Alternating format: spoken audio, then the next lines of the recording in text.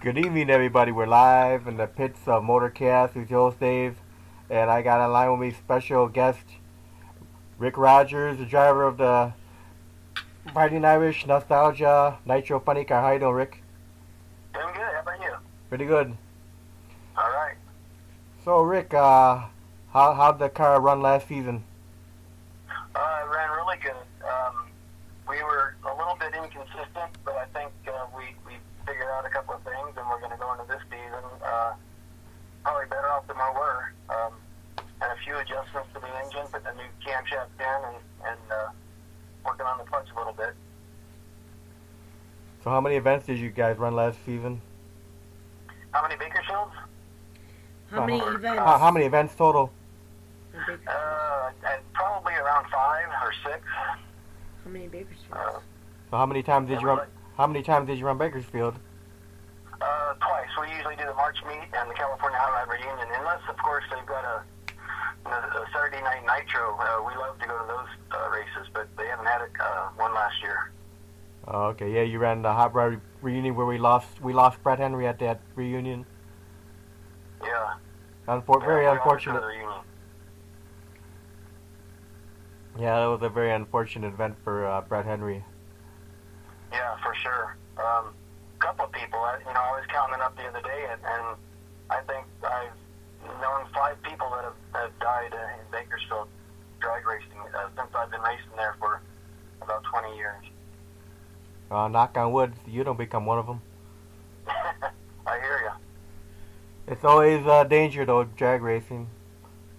Yeah, it's definitely not for the faint of heart, and a lot of people don't realize that you got to be in pretty good shape to stay in one of these cars, especially if it's 100 degrees out and you got a Ash 20 suit on and a helmet.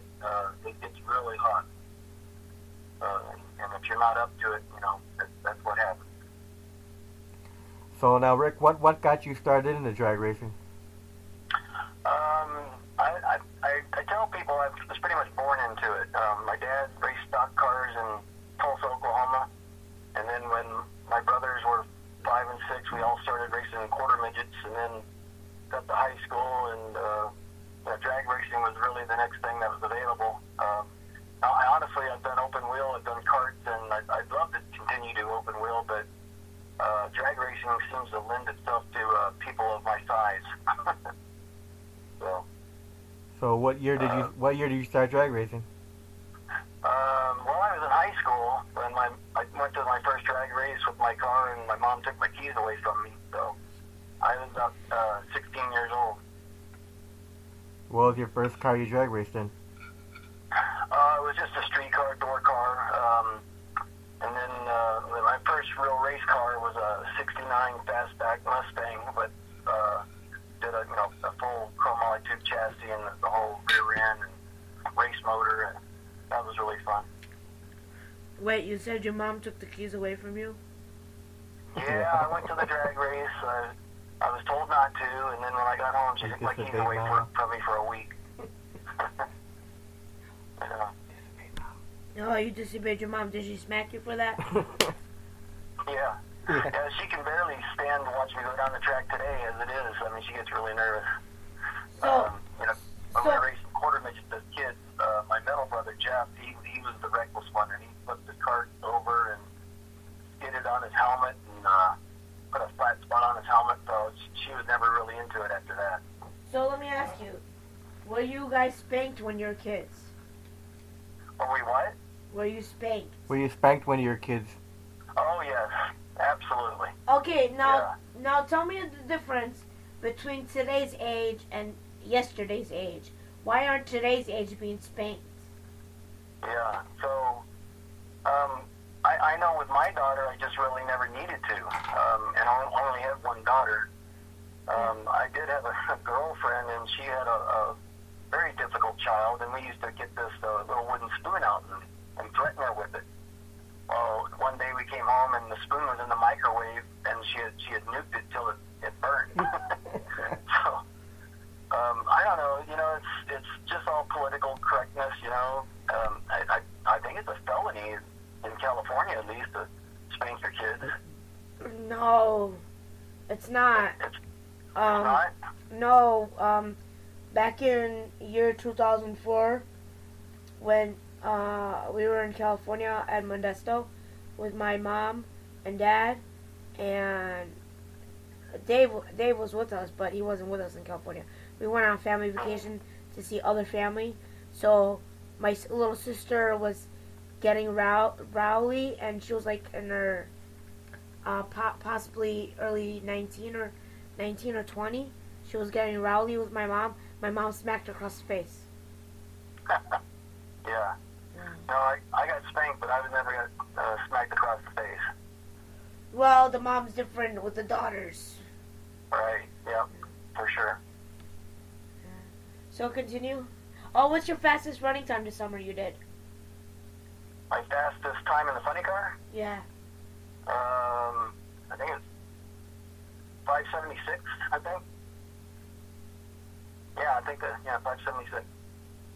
I think the fastest mile per hour was 248. 240 miles per hour. And both of those were at Bakersfield. Shit, that's fast. My car only goes 140. Yeah.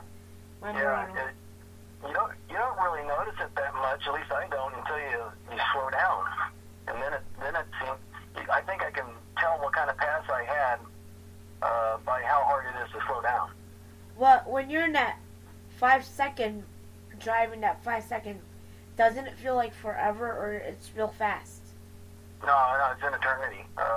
It didn't used to be like. I mean, when I first started racing, I like to tell people I was a passenger. I wasn't a driver. It wasn't until the second year that I really actually started driving the car.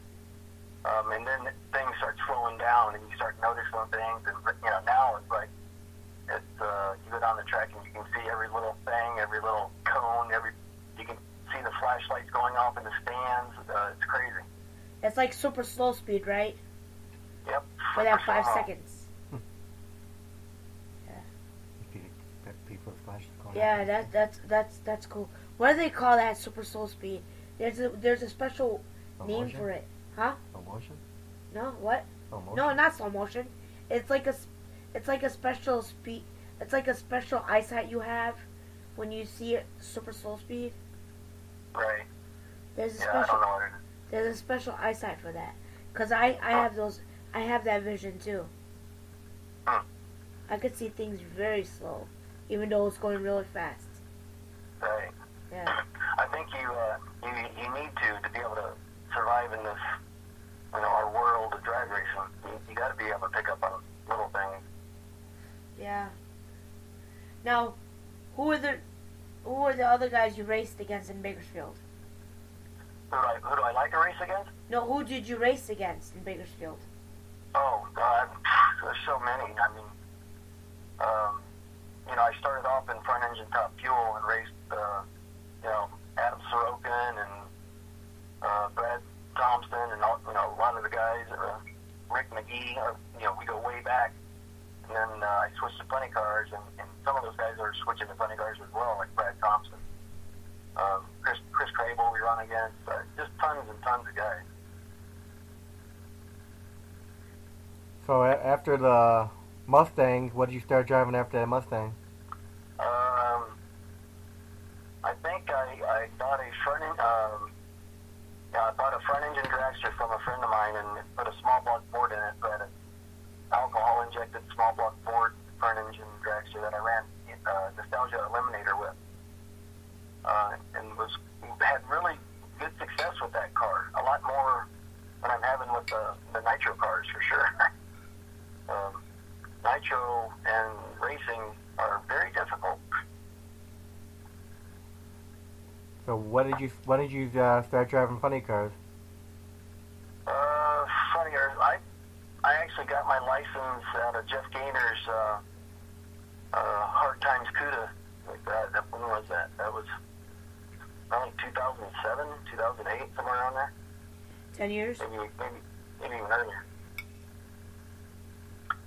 Yeah, and then I've driven I think 5 funny cars. I've been pretty fortunate to be able to drive a lot of different cars.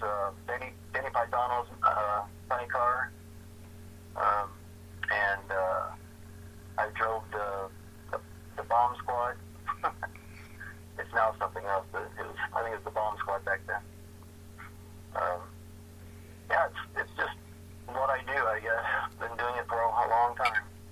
So how long you been driving the Fighting Irish? I think this is the third year. Yeah, yeah, that's got to be the third year. It's not the fourth. Yep. Kind of runs together. Now this car is it the original car or is a replica? Oh no, it's specific built. It's actually the chassis is actually out of NHRA funny car. I forget whose car it was, but it's like a Fluger car, and it's been in the big show, and you know that's what happens to a lot of these nostalgia cars. They get passed down from the big show guys. In fact, a lot of the engine programs out there rely on NHRA Top Fuel and Funny Car to pass parts down to them. It's really what only makes it affordable. Unfortunately, I don't know, unfortunately, but I run an early Hemi, a 392 Hemi, so I'm not able to get parts from race teams. You know, their leftovers or their used up parts. I have to buy everything new. So what year did the original Fighting Irish start? I don't know. I know it was raced back in the day, but you know, Yeah. Tim Beebe and his brother. I think Charlie O'Neill probably started this car, I don't know, 8 years ago, 10 years ago.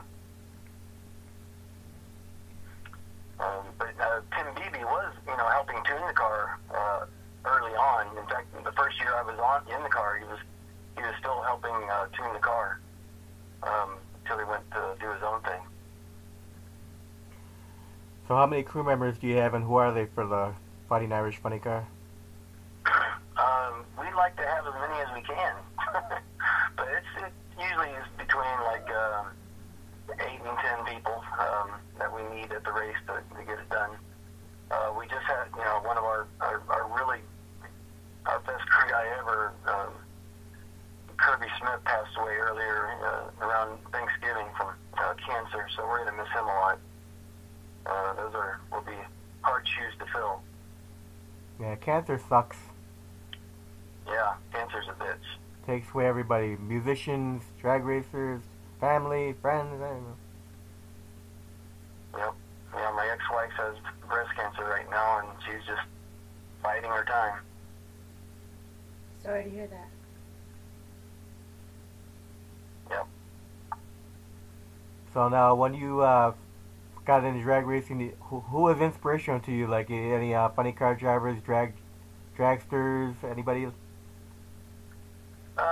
Yeah, I think just racing in general is, you know, I kind of like Cena, you know, he's driving Formula One and IndyCar, and you know, kind of underdogs like Williams. I kind of relate to the underdogs, which I feel like I'm the underdog because I'm technically a low buck team. So guys that can come out and race with what they have and still be competitive. You know, you can't take them for granted. Yeah, and for sure, I think that's what I respect more than anything, is the guys that can go out there and do it and not be on a super large budget. Now, do you have any sponsors for the car?